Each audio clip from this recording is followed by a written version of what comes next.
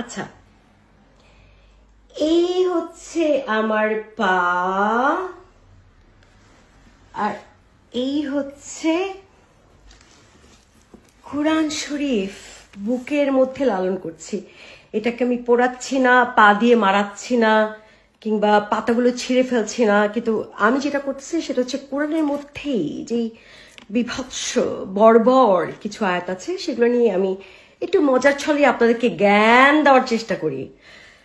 তো আপনারা তো, আমি যদিও প্রথমেই শুরু করলাম যে আমি তো পা দিয়ে মারাচ্ছি না, মানে সেরকম অবমাননা করছি না কোরআনকে, সেরকম ভাবে মানে পুড়িয়ে কিংবা খাতা ছিঁড়ে কিংবা সো অন, রাইট?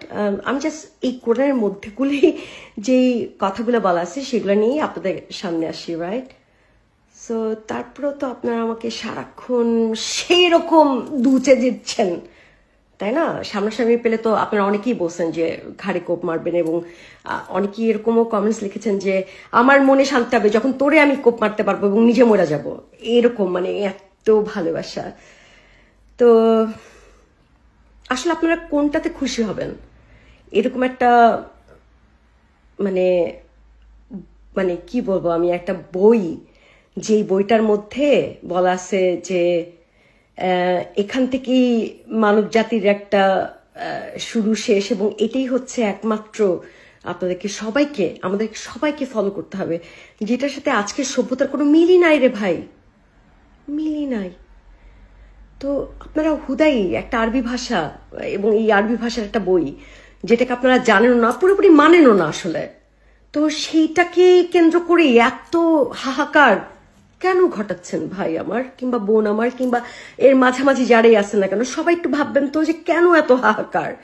কারণ যারা এরকম অবমাননা করছে, আমাকেও ধরছেন অবমাননা, কিন্তু আমি কিন্তু কোরআন ছিঁড়িনি, পোড়াইনি, লাথিও মারিনি। একটু আগে দেখালাম পায়ের সাথে আমার কতটা আমি কোরআনটি আমি বুকে ধার্য করেছি। বাট ইয়ে থাকেন এই যে কোরআনে যে ফাইজলামি কথাগুলো বলা আছে এগুলো নিয়েও কথা বলছি, রাইট?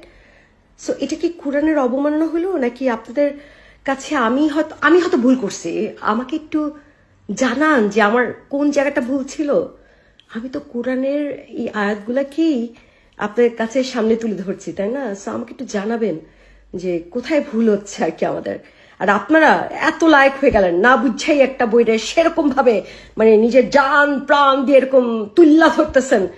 সো প্লিজ প্লিজ একটু নিজেরাও বুঝবেন, আমাদেরকেও বুঝতে সাহায্য করবেন যে আসলে কিসের কারণে আপনারা এতটা পাগলা হয়ে যান। ধন্যবাদ।